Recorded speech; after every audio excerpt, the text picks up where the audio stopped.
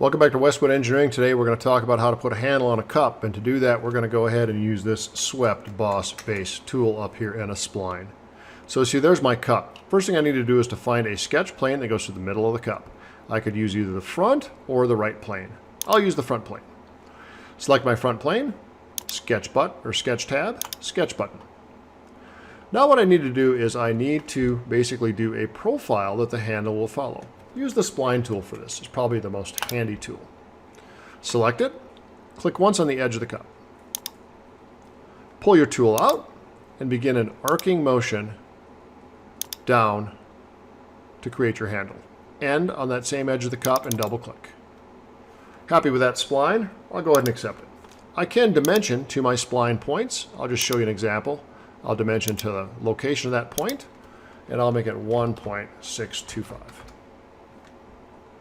If I need to move these handles around, I can move them and adjust them, although I'm pretty darn happy with that right there.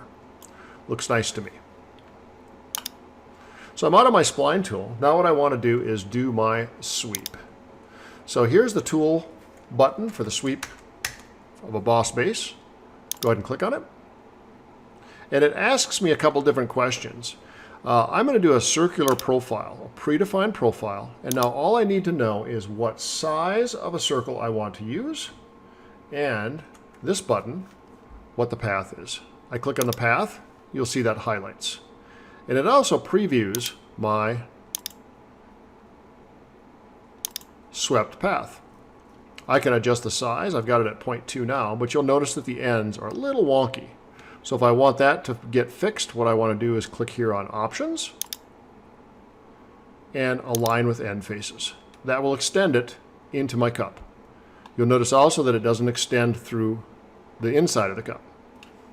Accept it, and now you've made a handle for your cup in 2 minutes. Thanks for watching.